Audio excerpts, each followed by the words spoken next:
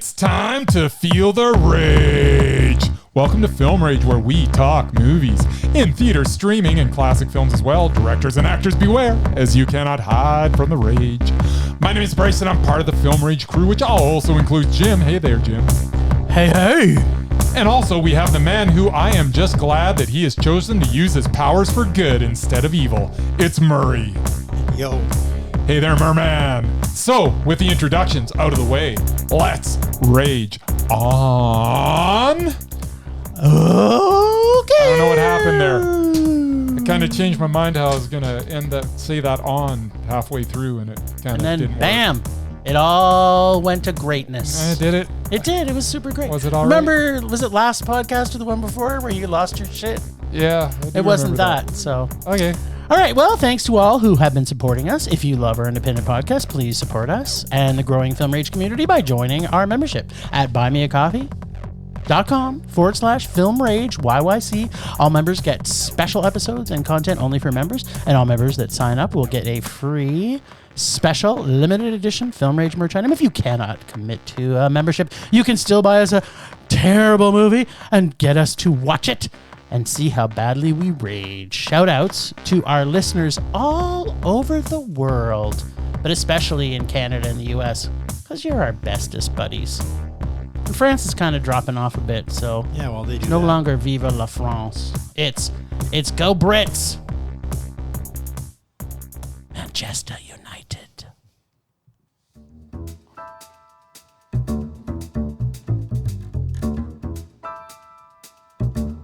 Movies are back at Canyon Meadow Cinemas. We are open for your viewing pleasure with great new films opening weekly. All health-regulated protocols are in effect for a safe and enjoyable experience. And don't forget, we should be your first choice for your next birthday party or special event. Can't make it to the cinema? We got you covered. Order concessions from our online store, and you can either choose curbside pickup or get them delivered via Skip the Dishes, Uber Eats, or DoorDash. For more details, go to canyonmeadowscinema.ca. Here at CMC, we would like to thank you for your continued support, and we are looking forward to seeing you at the movies.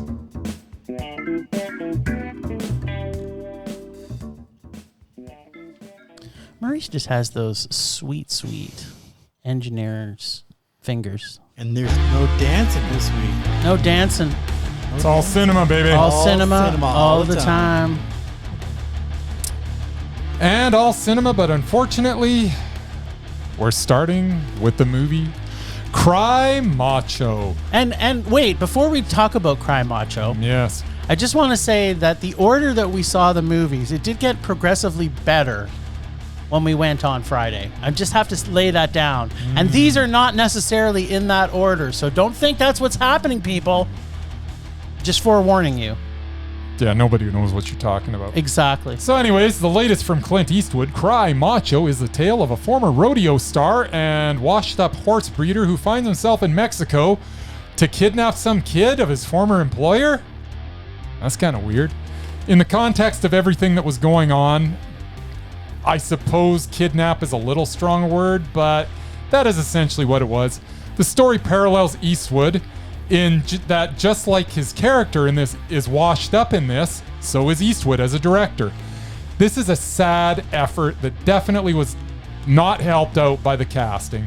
Dwight Yoakam looked lost, and the co-star Eduardo Minette as Rafo, I don't even remember, Thick something. put in the worst performance that I have seen in recent memory. Clint Eastwood gives this kid so much dialogue, and he delivers it so unconvincingly that it takes this bad movie and transforms it into an epic catastrophe of cinematic trash. I remember a time when Clint Eastwood movie would let every scene breathe, and there was a natural feel to every character, and the pacing would be stellar, along with good performances from the cast. Here we get a herky-jerky, unnatural feeling and poorly acted dumpster fire of a movie. And why did he have to fill every frame of this movie with constant, inept dialogue? Especially Raffo. I mean, at one point, I actually said underneath my breath as I was watching this movie, just shut up. And do not get me wrong, Clint Eastwood was no treat to watch in this either. He looks as if he's struggling through every scene, and it is just sad to watch. If this is what Clint Eastwood now has to offer, then he has to just stop. No more directing, no more acting. I really don't want to see him anymore. Cry Macho had me crying. Rage. I literally agree with every single word you said except one thing. Yes. There was one shining light in this movie, She was good. and that is Natalia Travern Yep. as I agree. Marta. Marta was the only redeeming quality at all in She this was a joy to watch. She was was. the only joy to watch. Just Now, her smile. I have a very succinct.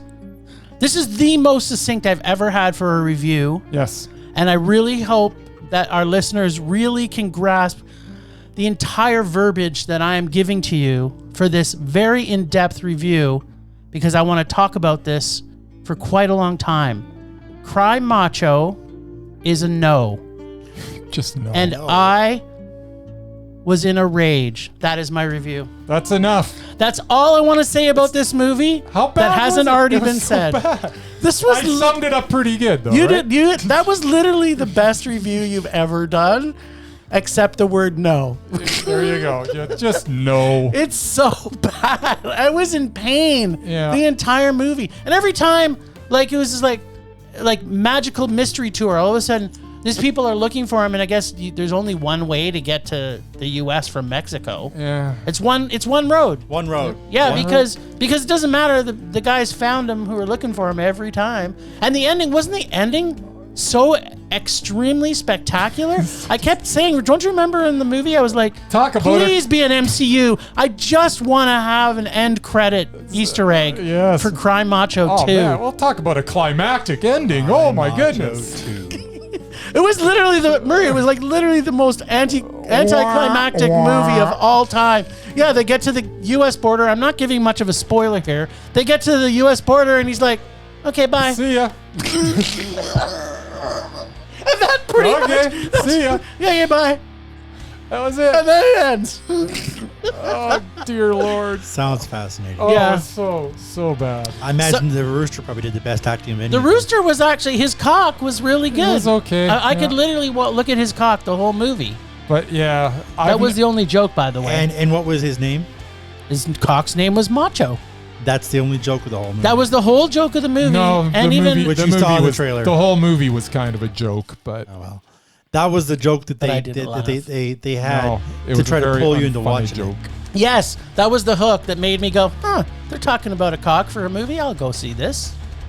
My hook was that Clint Eastwood, even up until the last one, the mule was still good. It was Yeah. good. This. But wait a minute, He was fell this- off a cliff here. Okay, so in the mule, Yes, does he not go to Mexico? I believe it's so. a thing. So he maybe he brings went. drugs back. Maybe he went to Mexico, and while he was down there, he forgot how to direct and how to act, Maybe. and how to write, Wow. and how to do things. Yeah. He's, Maybe He's. he did a lot of cannabis. I don't know. Like if he was doing drugs, maybe it seeped into his anus. I don't Was he understand hiding when it? he's directing why. Well, and why he's even like. Why does every frame of the film have to be filled with dialogue now? Where he used to be able to just. Yeah, look at The Unforgiven. There's like Yeah. half the movie had no dialogue. Exactly. And now, and if you're gonna have every dialogue filling the whole thing, why have this horrible actor just spewing it? But it was also spewing bad dialogue. He was doing that thing too, where he was like Oh, doing well, he Captain was- Obvious. he It was was no- kind of like, yeah. wait a minute, is this He's a no commercial better. for Hotels.com? Because Oh, Captain God. Obvious he's like, oh, I guess we better stop here, and then he stops the car. Oh, I guess I better do this, and then he does that, and it's just like, what? Is it? Are you saying these lines because you got a bit of Alzheimer's and you're forgetting them, so you have to repeat what's going to happen in the movie? Possibly, but that's you should be able to edit that though. His editor should be able to get in there. I The don't thing know. was, here's the thing: it was only 90 minutes long. But it felt like 7 hours. Felt like 7 hours. But Yeah. I guarantee that Clint Eastwood filmed like a 2.5 hour movie, and the editor got it and said, what the hell is this? Maybe and we and missed- had to make some sort of sense out of it. Maybe they edited the good stuff out. I don't think so. If there's ever a director's cut, This is okay. I'm adding this to the dare bag right now. if there's a The director's, director's cut of Cry Macho. It isn't even out It's yet. 3 hours long. I bet you there's a cut there that Clint Eastwood probably thinks is spectacular. You know, in 5 years from now, Cry Macho is going to be in the bag. Oh I yeah. can definitely guarantee it. Oh man. All right, That's enough of that shit. What else did we see? Onward and upward. All right. Now, in my opinion, the best movie that we saw over that 3 trilogy, The Eyes of Tammy Faye, which basically is the Tammy Faye movie. Yes, That would be Tammy Faye Baker. That's For right. those of you who don't know who she is. that is the one. Everybody knows who Tammy Not Faye everybody. is. She was in the 80s, dude. No, I don't know. to say Tammy Faye, Everybody knows. they know. They're not going to know any more because you said Tammy Faye Baker. They either know Tammy Faye or they don't know. Adding Baker to it does nothing. Yeah. So, You either know or you don't. Jessica Chastain and Andrew Garfield are Jim and Tammy Faye. And as you know, biopics mostly suck. And for the most part, they take themselves way too seriously. But not this film. It didn't. They had so much humor in it. I had a smile on my face from moment one, especially every single time Andrew Garfield talked. Plus, this had the absolute best Christian-endorsed sex scenes ever created. I mean, who would think a hand puppet could get me horned up in the theater? Apparently, in the right hands, it can. Okay. I seriously did not feel this was actually like normally Jessica Chastain. I kind of am not a big fan of her. Sometimes she has this quirkiness to her character that I'm not necessarily in love with. But all through this film, I didn't even like. I was questioning myself: is this even Jessica Chastain? Am I reading this right? She really was Tammy Faye. Plus, all the music through this film, and I mean all of it, was amazing. It was funny. Are we talking about church music here? Yeah. Yeah. Sang by Tammy Faye style. Sang by Jessica Chastain too, by the way. Although most of the story is Tammy Faye, the peripheral characters were also all pretty amazing, especially Cherry Jones as Tammy's mom. This does really do a very firm, tongue-in-cheek look at the entire TV evangelical mission, not showing any one of them as having any moral fortitude whatsoever. This fun-painted Tammy, perhaps, as a better person than she really was, but it certainly painted it with the brush that is Mondo. I absolutely loved every minute of this film. I thought that the characters were incredible. The comedy came through very subtly sometimes, and sometimes it hit you right in the face. I love this movie, and I think that that Jessica Chastain should definitely be up for Best Actress for this film. She probably will be. I hope so. She deserves it. They love to nominate people who play other people.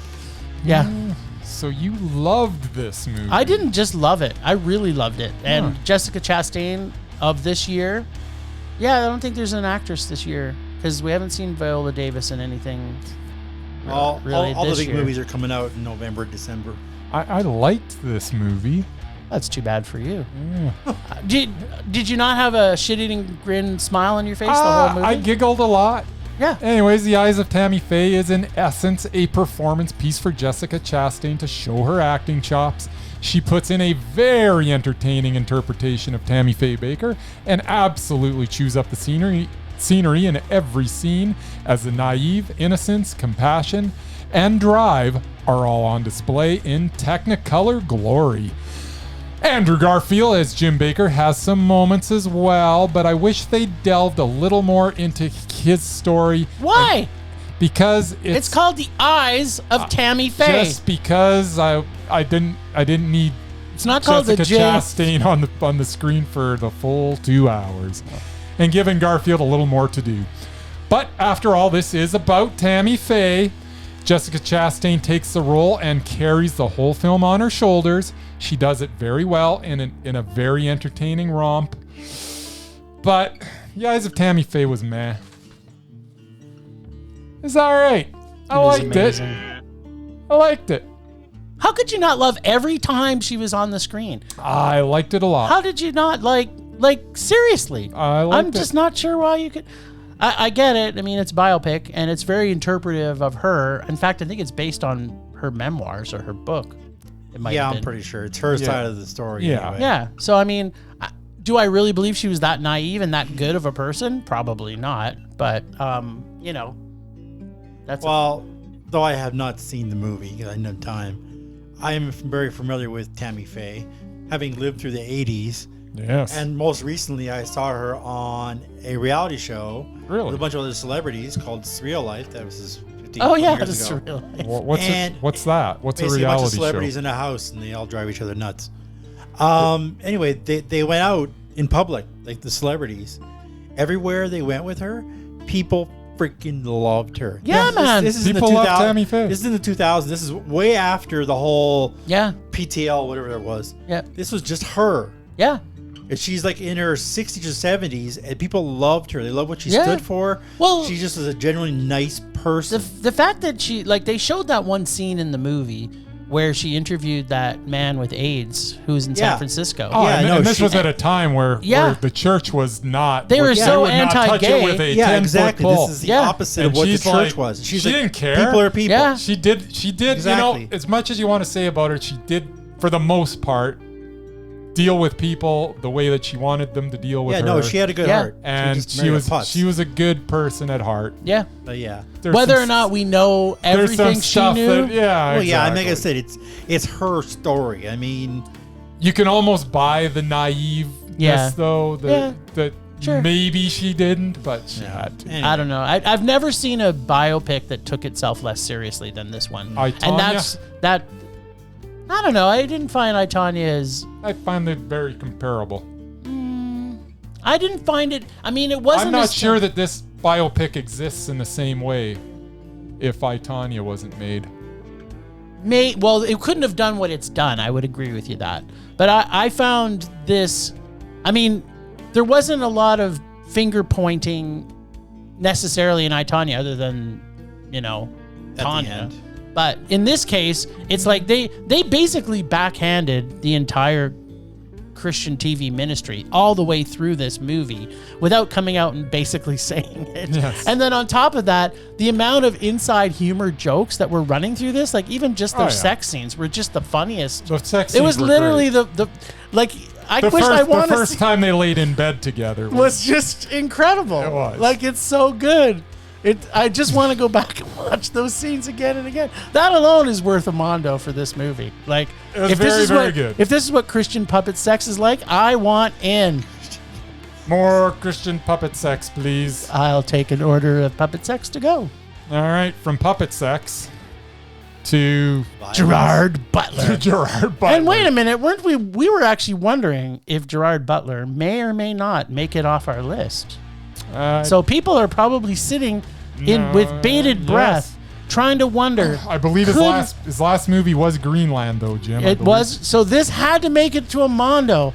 And keep in mind, all three of us did see it. Yeah. So there is. I mean, if Murray truly loved this movie, then Gerard Butler could make it off our list. But I don't know. Why don't you tell us what you thought of it? Copshop. Yep. Starring Frank Grillo, Toby Huss, and Gerard Butler, is a shoot-'em-up action flick with moments of brilliance. This story of a con artist who gets himself arrested to avoid the assassins that are trying to kill him absolutely drips with potential. The film is, however, a little schizophrenic, as one second the writing is absolutely brilliant, and the next second, not so much. Where the script excels is in most of its dialogue. There are exchanges between characters in this that are brilliantly delivered. The acting is top-notch. The problem is, while the dialogue is brilliant, Sometimes the decisions that the characters make, given the situation that they're in, do not always make a whole lot of sense. I wish the writers could have gotten some more, or have given some more thought to what makes sense in the situation. Still, there's a lot of greatness here. Most notably, Toby Huss as Anthony Lamb. Every time he was on the screen, it was genius. The scenes with him are so entertaining that you can almost forgive the holes in some of the writing. Also, shout out to newcomer Alexis Louder as Valerie Young. I'm looking forward to seeing her in more films. As for Frank Grillo and Ted as Teddy, and Gerard Butler as Bob Vidic, they were both quite good in this as well. This had so much potential, as some of the scenes were so well written that you could not believe that they were in the same movie as some of the other situations and decisions that are peppered throughout the film. I really loved a lot of this. The setup was great. Toby Huss was beyond great. The dialogue in the script was brilliant for the most part. But some inconsistencies in the situational writing caused this movie, so full of mondo potential, to merely be a meh. Bam! Bum, bum, bum. I thought it was going to be so good. It had so much hope. Setup was good. It had its Now, moments. let's find out what the Mur saw. Yeah, this is the one movie I actually got He to did see. actually get to see a movie. Because people know I He am works actually a 24 Gerard hours a day. Butler fan. Yep. At least I have been recently. And yeah, a lot of action. Unlike Bryce, I didn't like this Toby Huss guy. I thought he was an idiot. What? And yeah, obviously, for whatever kind of a hitman he is, if he doesn't have a gun in his hand, he's completely useless. Like, once he was de-gunned, he was like, a 5-year-old child could have killed him. Yeah. Like, what kind of hitman is that? I mean, you're supposed to hit it. Like, a hitman should be able to kill somebody with a pencil. Like, He's not an assassin, Murray. He's a hitman. He's not a trained assassin. Whatever. He's just a guy who shoots people in the head. But most and gets paid. hitmen have skills of some kind. With automatic weaponry, I might add. He used that most of the time. Gerard Butler's character, for example, who spent like most of the movie handcuffed to a cell and still managed to kick ass when he got free. Like, I don't know. Yeah, it had moments that whatever her name is, I liked her. She was good. Alexis Louder? Yeah, sure. It kind of reminded me a little bit of Bad Times at El Royale, which is actually, I love that movie. It was kind of a lot of, moving parts and a lot of characters and you never know what's going to happen. But it was nothing like Fast Times at Ridgemont High, though. No. As far as I know, nobody died in that one. As far as I know. But yeah, it had a decent story, but yeah, it kind of fell apart and it just became a cavalcade of bullets. And right near the end, it got kind of ridiculous because I'm like, oh my God, really? Bullets. Yeah. It's like, the end enough already. Like, yeah, okay, you proved your point. You don't have to like keep adding more to more plot points to try to, mess it up. Like, it should have ended like maybe 20 minutes earlier. Yes, Murray, yes. So, yeah, I have to give it a meh as well. Oh, no. Am I the holdout here? I also want to mention Gerard Butler, who, despite most of his bad movies I have enjoyed, he finally crossed the line. Uh-oh. Because he badmouthed Ryan Reynolds, Free Guy, and says, I would never watch Ryan Reynolds movies. I'm like, sorry, dude, you're off my list now. And who can blame him? I can put up with a lot, but that's it. Anyway, yeah, so it was a meh. What'd you think, Jim? Well, first off, the undoubted Gerard Butler. Sorry. Try that again. Sorry. No, did I say that wrong? You did. No, sorry. It's doubted. That's it. That's the one. I knew it was something with the word doubted in it. Yes. But it's undoubted. No. So there is a hope. It's doubted. Oh, sorry. It's doubted. That's right. So let me tell you the two things that are fantastic in this movie. Number one is Toby Huss. Yes. And number two is Alexis Louder. Yes. And then 25 minutes of brilliant penis drawing brilliance. Yes. With just enough weird to make me laugh for the said 25 minutes. Then there's the bad. First off, cops are not really all that stupid. Oh, yeah, they made him really stupid in this one. They did. Stupid foreshadowing is not clever. It's obvious, and it's stupid. Gangsters are not good people. Ever. No. Mortal wounds do not allow someone to be a superhero at the end of a film, Didn't need to do even if they take adrenaline shots. It doesn't matter. You have a gaping wound in your stomach. You're not going to be able to do a lot of the jumping, kicking, and punching dicks. I've been that she does. decapitated, but just shoot me up with some. Yeah, I don't Ready have to a go. head, but it's okay. Just a flesh wound. Yeah. Plus a lot of other superhuman things that happened in this movie that made completely no sense. Yep. There was such highs in this movie, though. And yet so much stupid. In fact, the last 25 minutes, to Murray's very well-made point, made absolutely no sense and made me very, very angry. Almost so angry movie, man. that I was raging. Yes. I did like some of the killing scenes. I could literally watch an entire film of seeing Toby Huss being crazy as fuck. Prequel. I should really have the hugest rage because of this downward spiral of awfulness. But those two, man. Toby Huss and Alexis Louder. To your point. But there was 35 minutes of awesome. Plus Toby Huss. And I don't even know Alexis what you're Louder. Now. This gets a very mid-low. Okay. Possibly very low. Oh, okay. That's all right. So apparently, That's a Gerard Butler is still doubted. So doubted. Yeah. Meh. All right. This music is so mellow. I want to smoke. It is mellow. And take a nap. But snap out of it. Temperature rising. Vision blurring. Rage taking over.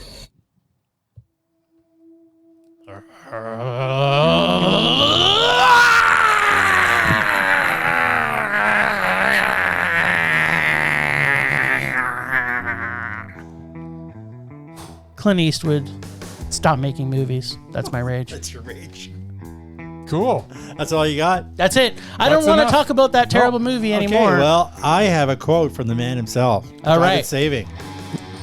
People asked him why. Knowing that my rage was coming. No, because I saw it on the lineup. All right. And let's have it. This came out today. Yeah, people asked him why he's still making movies.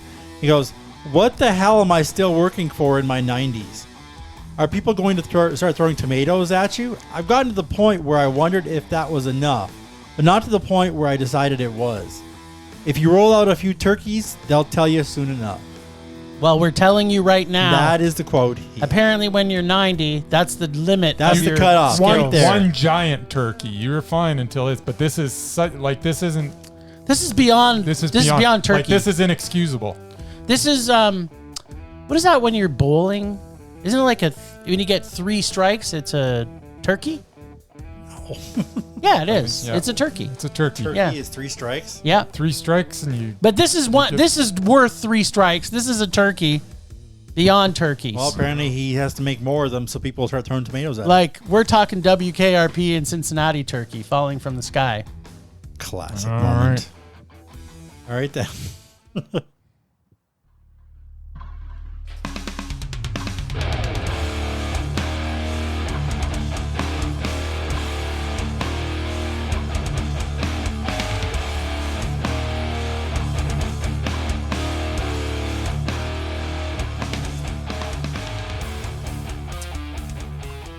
All right. Clint Eastwood, stop making movies. That is my rage. Should I read the quote again? Yeah, you should. Just read it one more. I just want to hear the quote one more time. That's okay. I already took it away. Oh, no. Basically, he's waiting for people to throw tomatoes at him. Awesome. Nothing more needs to be said. That's right, true. then. Wait, I thought shouldn't we talk about how terrible that kid's acting is again? Stop to do casting. then. When you do that, A, find better writers. B, direct better, act better. Did no one audition? I mean, this couldn't have been the best option. Well, or maybe direct movies and don't star in them anymore. Son of somebody, maybe he's Maybe. Clint Eastwood's legitimate son. I don't know. Who knows? You could have put a llama in the role, and it would have been better. Of course, I do remember not too long ago. Paper bag. Mystery. Just draw a face on a paper bag. It could have been a hand puppet. I do remember not too long ago, Clint Eastwood, Mr. Super Republican, shared a stage with a chair. So maybe that was the beginning of the He's end. a super Republican? Oh, well, yeah. He's a gun-toting NRA lover? Yeah, he probably loves Trump. But yeah, no, he argued with a chair on stage once. And that was 15, 20 years ago. So. He argued with a chair? Yeah, he was talking to a chair. I don't remember why, but it's like it made big news. And they still let him make movies after that? Apparently they did. Anyway. Sorry, they let him make Crime Macho. Yeah, he should just wander off to the old sunset there. Rage subsiding. Pulse slowing. Anger fading.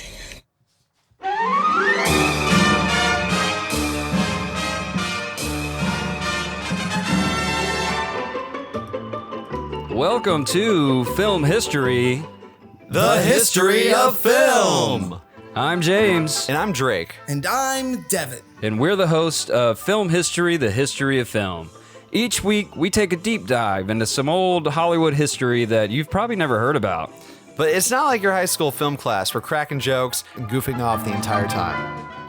It's history told our way, for all audiences, from the ill-informed to the savants of cinema. Yeah, we tell you about James Cagney almost getting his head blown off because, well, you know, back in the 30s, you were allowed to just shoot machine guns at your leading man. And wait until you hear the episode about Waterworld. Or how the world's first vampire movie was made by real occultists. And some Nazis. And there's plenty more little-known Hollywood lore out there, legends and facts. So if you join us every Wednesday, wherever you listen to podcasts, I promise it'll be a good time. Yeah, you're gonna love it. You're gonna love it. Just look for Film History, the history of film.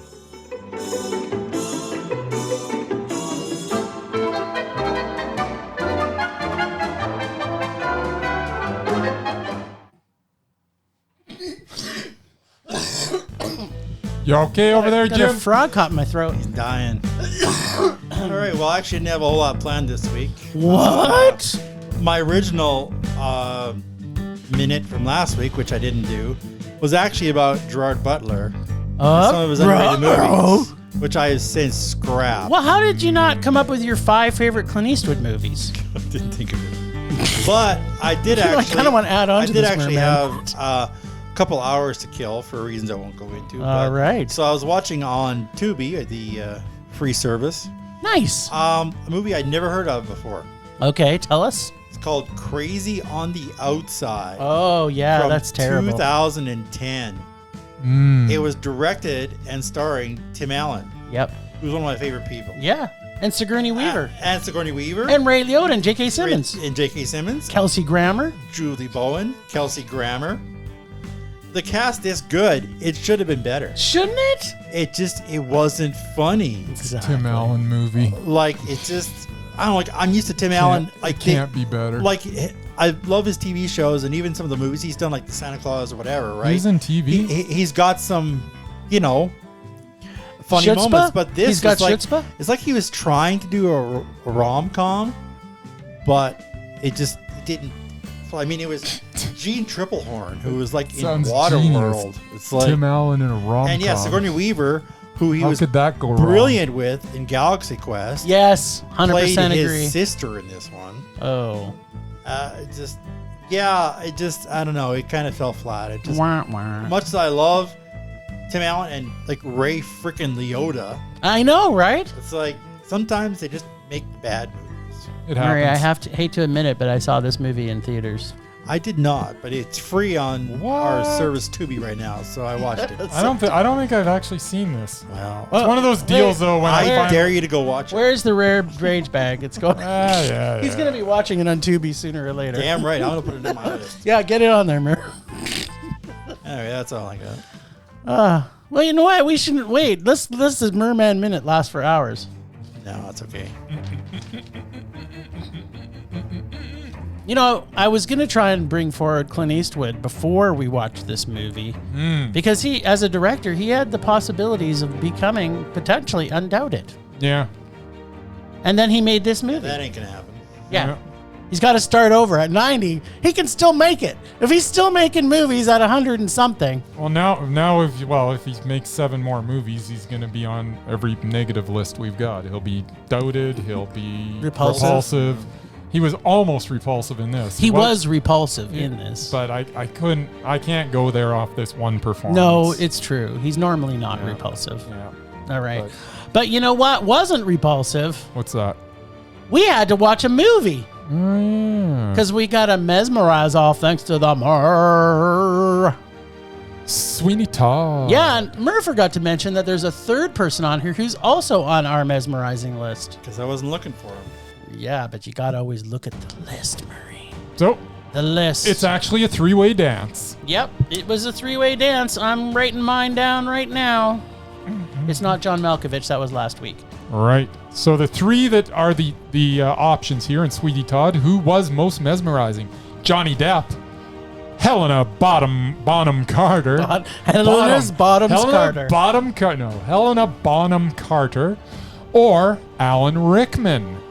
All 3 were in Sweeney Todd. That's right. Murr, are you ready for this? Yep. You got your number? Ready. Okay. 1, 2, 3. I can't see his. I can't either. Oh, yeah, you guys didn't agree anyway. What did you pick? Rickman? No, he underlined Helena Bonham Carter. Yes, I did. She was not that great. Also what I picked. What did you pick? Bonham? Yes. Oh, it was close. I almost picked her, but then I realized she wasn't as good as Depp. So I was so close. Better. And then I was, wait a second. She wasn't as good as the other. I wasn't glued to her when Depp was on screen. I was always looking at him. I was always looking at him. And Rickman was kind of blah in this one. He was meh. He was meh. He was not mesmerizing. If it was him and Helena Bonham, she would have taken him out. And if it was him and Johnny Depp, he would have gone down. He would have gone down. So man, so he was very this is the first time. Yes, he was very fortunate. But you know, here's the thing. This was the closest we've ever had to getting somebody off. Usually we've got 3 different people. Yes, usually all 3 of us have a different person. But this means this is hope, people. We will get people off. And Murray's probably got a name for us for this coming week. Always good to get people off. I have one for last week unless one of them got knocked off, which you guys are not going to like. Uh-oh. Mr. J.K. Simmons again. Why are you picking on J.K.? And Willem Dafoe. Whoa. In Spider-Man. Oh, yeah, that's right. We talked about that. We talked about it last week. And he's now who else is there? Is there anybody else in there? Spider-Man from 2002. Which one? Andrew Garfield? No, that's not. Andrew That's not Garfield's the in the same next one. one. Garfield, sorry. Yeah. Toby Maguire. So it's Toby Maguire, who isn't mesmerizing. No, but he is in one of my favorite. Well, maybe not. It's in my some top. good movies. He's in my top. Is that 50 horse movies. movie? No. What? The horse movie. Spider-Man 2? No, Wonder Boys. Oh, yeah, that's a good one. Kirsten Dunst? Wonder Boys. Oh, Franco's in this. Yeah, well, he's not on any list. I know. I would never I'm just allow saying. him to be on one of those lists. Unless it was doubted. Okay. I'm just seeing if there's anybody else I really in here. liked Wonder Boys. Wonder Boys had Frances McDormand in it. Wow. Oh, Bruce Campbell's in this too, Murr. Yes, I love Bruce Campbell. Is Bruce Campbell on our mesmerized list? I don't believe he think is. so. Should we add him so that we can... I find him mesmerizing, but... He's pretty mesmerizing, actually. Even when he's in Spider-Man as a one-bit role, he may take the 2 of them out. Spider-Man's because he's best friends with Sam Raimi. Oh, yeah. I wish I was best friends with Sam Raimi. I wish I was best I friends. wish I was best friends with Bruce Campbell. I wish I was best friends with you two. Oh, wait, I am. That's all I care about. So what? Should we add Bruce Campbell on? To potentially throw him off? Just to throw him off a week later? To throw him off? Well, you know I'm voting for him. If Yes, he gets exactly. on there. But he may be the most mesmerizing in this. To be honest, the 3 of them? I remember not being super enthralled with Willem Dafoe's Green Goblin. Performance. Mm-hmm. And J. Jonah Jameson is such just a one-note character. Yeah. But it was a good one. Yeah. So there's a possibility, Murray, that we could get two of them off. Honestly, it could go any. It could go any. Okay, so let's take a vote right here. Bruce Campbell is mesmerizing. Yeah. There we go. All right then. It's a fact, Jack. And then next week he may could not be off. He could be off. Well, we know that Murray makes his decisions before he sees the movie, so it's kind of. Well, no, I've seen the movie. I actually downloaded it again to watch it again. But you gotta watch it again. Yeah. All right. You can't just go off your memory from 20 years ago or whenever that came out. 40 years You're ago. assuming that I only saw it 20 years ago? 100 years ago. I usually watch this once every. It's a superhero movie. I watch those like every other day. Plus, I love Sam Raimi in everything. Do you? I don't in everything, but he had a vision. I kind of wish that he could have made that series into about 6 or 7 parts. Well, he should have stopped at 2 is what he should have done. It got crowded in 3. I don't know what he was doing. He didn't have the control over it. No. Like he lost control in that film. Yeah, so that's why they put too much. Let's put some more superheroes or villains in it. But then one became a superhero after he was a villain. He got Sandman got all, I'm sad because I got kids and junk. Right? Yeah. Right. Imagine if if the what? The Venom movies, if they went back and cast. I'm waiting for it. Get a grip. Tom Hardy instead of Topher Grace. As well? Oh yeah, Topher Grace. Oh, Topher Grace apparently he's Venom in the radio. He's apparently in the new one too. Topher is? Yeah, they've like every character from like both series. They're all going to be in one freaking movie. I don't know why. So Andrew Garfield's going to be in it. Kirsten Dunst. Alfred Molina is going to be in it as Doc Octopus again. Oh yeah. Except a different Spider-Man. Oh, okay, so they're going to have the new Spider-Man. It's going to have the little kid MCU Spider-Man? Maybe it's, because it's got all the different like the cartoon with all the multiverses and stuff. Yeah, the multiverse. I don't know. I'm kind of excited about. Is Peter Parker going to be in it? The Amazing Spider-Ham? Who knows? I hope so. Oh, I hope Spider-Ham. He was in the animated thing. Yeah, the into the multiverse or whatever it was called. I'm sure he'll be CGI'd if they do. Anyway. No. They just need to get a pig and put a actual pig and dress him up. Put a Spider-Man costume on it. Sure. You know what? And you would slam it. I would. That would be so cruel. Why would anybody do that? You would. You saw him complain about the giant starfish, so I do remember that. Yeah, so you wouldn't have been as happy if they CGI'd in a Spider-Ham. We'll see what that movie's gonna be like, but yeah, pretty much everybody's in it. Apparently. They should have Bruce Campbell Bruce Campbell should be back too. No, but as Spider-Man. Totally. Yeah. He is. They don't even have to. He is the hammiest guy ever. So yeah. Exactly, and he doesn't have to. He doesn't have to wear makeup. You know, just put the costume on him, and he's like Spider-Ham. Yeah, tights too. He's got to wear. He's got to wear tights. Yeah. Whatever. And he would look so delicious. Bryce might even want to lick him. He doesn't need a pig head. It would. He just our resident vegan would lick that ham. Bacon. Because he's so delicious. Now, is there anybody? I guess we can't put. Then we just put Bruce Campbell on? No, we just did. And he may survive. You never know. He might. I'm not saying he won't. But I'm wondering. I don't think Murray is going to buy Toby Huss' Mesmerizing, though.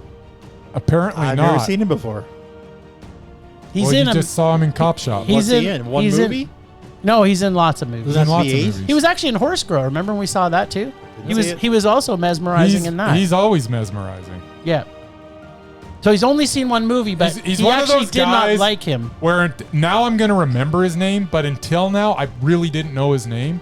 But every time I saw him on screen, it would just make me smile. You saw him in Destroyer too, didn't you, Murray? Didn't you see Destroyer? No, I never did. Oh. I wanted to. I missed it.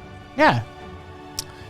Anyways, now I will always remember Toby Huss because this is the most Toby Huss he's ever been. It's the most Toby.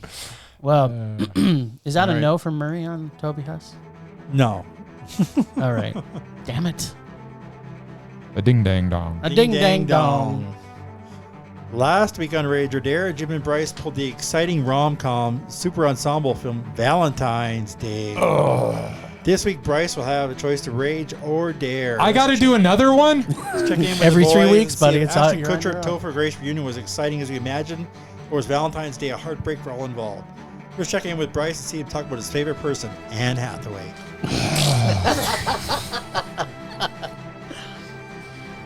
Okay. Valentine's Day. Anne Hathaway is awesome. She really isn't. I didn't always hate her, but boy, lately. Oof. And this wasn't lately though, but trying to think back here if it already had turned for me. I'm pretty sure it had. Let me look up while you're doing your rage. Anyways, Valentine's Day starring a bunch of familiar faces, some of which I like, and some that I cannot stand, all thrown together into a movie with every cliche from the history of romantic cinema. We had a first crush. We had friends that did not realize that they are in love with each other. We had a girl who is in love with a married man who she does not realize is married. We had some poor schmo who is in love with a girl who he thinks feels the same way, but she doesn't. What? We had strangers on a plane sharing way too much. And my favorite, we had a guy misunderstand a phone call and draw the wrong conclusion. We also got Anne Hathaway and Queen Latifah engaging in phone sex, and Taylor Swift acting. I am not sure which one of those is more repulsive. This was a sappy, excruciating, repulsive rage. Nice. Not surprising. Taylor Swift. What the hell is that? Trash and I thought she was the best thing in this like movie. Taylor She was Swift. awful. And still yet, she was the best thing in this movie. No, she wasn't. Well, don't you remember there was 2 Taylors in it? Yes. And they were like together. And we even got a joke about it at the end. Remember they had the extra bonus credits? You watched the bonus credits? I did watch the credits, but I don't yeah, remember they that. talked about joked about the fact that they were both named Taylor. Oh, that's hilarious. Remember? They should have just Because kept they that were in the both movie. named Taylor? Yeah, that's funny. We're both named Bryce. Oh no, you're Jim. That's my last name. That's my BDSM name when I go out on Saturday afternoons. You could do worse. I know. Hi, I'm Bryce. Yeah. I have holes that I can unzip. It's like a unisex name now. I don't know when that happened. I don't know. I blame Ron Howard.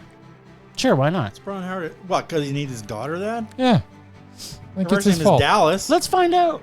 Let's find out how many Bryces there are in the universe. But we'll say that for another I time. happen to know 2. And the other one is a very manly man. Unlike you. He's like 6'3". He has a big bushy beard. He drives a truck. Is he gay? No. He's married. Hmm. And he's a Packers fan. Anyways, you were saying something about Valentine's Day? Do I have to? Yep. Yeah. I don't want to relive this. It was so bad. This is the who's who of annoying rom-com people all in one movie at the same time. I mean, there are a few like people some of in this not always annoying, to Bryce's point. Yep. But the fact that they are in this, for lack of a better word, schlockfest, this is just another one of those multiple people get linked up, interwoven into a stupid, happy movie for weirdos in love with corny corn. And every annoying rom-com character actor is pretty much in this. And the worst is the fact that I had to see Julia Roberts in a film. Perhaps I should not be sharing this with my partners / friends / arch rave rivals, but I fucking cannot stand Julia Roberts for 2 seconds, let alone for the 5 minutes that she may have been in this movie. That alone is enough to make me rage. None of the stories are interesting, and there is way too many stories to care about. Every single frame So of this much movie going was on. predictable, annoying, and super stereotypical. Of all these types of films, this was probably the worst. This film was boring, predictable, and a huge rage. Call me anti-Cupid, but I'm not a fan of this genre at the best of times. What genre is that, you may ask? Terrible ensemble cast ridden rom-coms. It's just now its own subgenre. Oh, yeah, they made 2 or 3 of these, I'm sure. And on top of that is the giant cherry that is Julia Roberts. Yep. So I hope that my two friends here will not remember that and completely change their submission bags to include It might. multiple Julia Roberts movies. Steel Magnolias. Ugh. Here we come. The worst is Aaron Brockovich. Aaron Brockovich. Brockovich. It wasn't terrible. It was one of the biggest rages Wasn't worthy of ever an Oscar, made. that's for damn sure. No, Or whatever. it wasn't. Yeah. All right, Mr. Thinking that you can't take another rage. Are you gonna go? I are you don't going think it's there? my turn. It's 100% your turn. Okay, so you're saying that before last week you did the last one solo, Yep. and you're sure about that? Do you want me to tell you what it was, or you just want to not take Maybe. my word for it? I'm not. Yeah, I don't. So what was it? the last week was me Yeah. doing Down to You, Oh yeah, that's right. and before that it was you doing Endless Love, and before that it was us doing Miami Vice, and before that it was me doing Chairman of the Board, and before that it was you doing Bride Wars, and then before that it was you and me doing Role Models. So what are this my week options? you can rage or dare. Rage. All right, I love it. Just second or dare. I wasn't finished. He hasn't decided. You know what? I'm gonna take from the rage bag Okay. just because that's what this thing's about, and I know it's gonna be awful. Hey, we pulled Valentine's Day from the dare bag. If I pull, yeah, that's true. But Okay, for the take most the part, little ones. They're the little ones are the juicy. they're the chock juiciest. full They're of the ragey juicy. juice. You can squish it, and there'll be rage juice that squirts out. Just want to make sure I get think I need one. a bigger bag. I don't want a double feature. Wouldn't that be nice? Hey, here we go. So next time we have our podcast, which is going to be a bit. Well, we shouldn't say that because we're starting our festival season here. We're going to be at Calgary International Film Fest all next week. So we won't be having a regular episode for a couple weeks. But when we get back to episode 110, Bryce will be watching 2004. the Is that a good movie? 2004 film. Oh, there's called- more. Oh, my Is that the name of thumb's the movie? over it. No, there's not a movie called 2004. I was hoping I was going to watch 2004. Sounds like a good movie. But apparently this was released in 2004. I'm going to take my thumbs off of the title. Okay, it starts with an A. A. Sin. C-I-N. A Sin. Oh, God. A Cinderella story. Cinderella? A Cinderella story. Who's in this? I don't know. Is this... I think you're going to really like this one because it's from Cinderella 2004, right? That's the time Is it Anne Hathaway? when Cinderella Is it really- Anne Hathaway? Oh, really could be. got her jam on. But do you remember when you got me to watch Hilary Duff in a movie? Yeah. Yeah, so she's in this one. Oh, good. I like Hilary Duff. Exactly. And so is Murray's favorite, Jennifer Coolidge, is in this. My favorite. And the fantastic actor and director, Regina King's in this. I like Regina King. This could be a hidden surprise. So why is it in the bag? I think that this might be good, Jim. I have a feeling that it's not. Now, but a Cinderella story. Now, my mind's racing. So I don't think this is actually going to be like the story of Cinderella. it's going to be a Cinderella adjacent. story. So it's going to be something that's like a... There'll be lots of glass so it's not slippers, gonna be, perhaps. It's not going to be like a fairy tale. I don't think there'll be any mice, if that's what you're meaning. This could be a mature retelling. Of a children's story, yes. And you know how fantastic those are. They're usually fantastic. This might be all right. I think I have a lot of hope that this will be one of the worst movies I do like you've ever Hilary seen. Duff. But there is a character in this. The person's real name is Whip Hubley. Whip. That reason alone is worth seeing this movie. Sounds I like want to know more sounds about like a Mondo, Jim. Whip Hubley. I want to know more about Whip. I will tell you all about Whip Hubley. He's Sam's dad in this movie. It's going to be probably as Whip. much as half of my review is a critique of the performance of Whip Hubley. Whip Hubley. Whip Hubley. We'll see if there's a reason why I've never heard of this man. Whether Cinderella story sunk his career. Possibly. Stay tuned. I think I'm already on bated breath.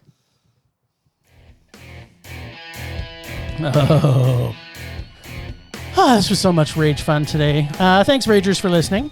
Some super rage love to our members. Julene from It Goes Down in the PM podcast. Thanks for coming back. James and Philip for their continued financial and moral support. Thanks to the extended Film Rage crew of Leonard Conlon, Bex Goose, Tony, and Nat for their artistic contributions to our show. You can find their homes on our show notes, so go check them out, give them some support. Thanks to our sponsor, Canyon Meadows Cinema. Please go and support your local independent cinemas near you, especially as we're in COVID. Everybody needs money, and the best way to see a movie is in cinemas. That's no lie. Find us on social media, Facebook, Twitter, Instagram, at Film Rage YYC. Follow us on Audea, AUDEA.io, and search Film Rage YYC for bite-sized film reviews. Check out everything Film Rage at filmrageyyc.com, including our merch site for Redbubble and TeePublic. We are always wanting to make this a raging blast for all listeners, so please comment, like, and subscribe, and send us emails to filmragecalgary@gmail.com. Dares to see terrible movies to fuel our rage, but no matter what you do, please make us a rage, please, please. That's it for this week. No, wait. I think we're back early. But it's it for this week. Rage on. Rage on.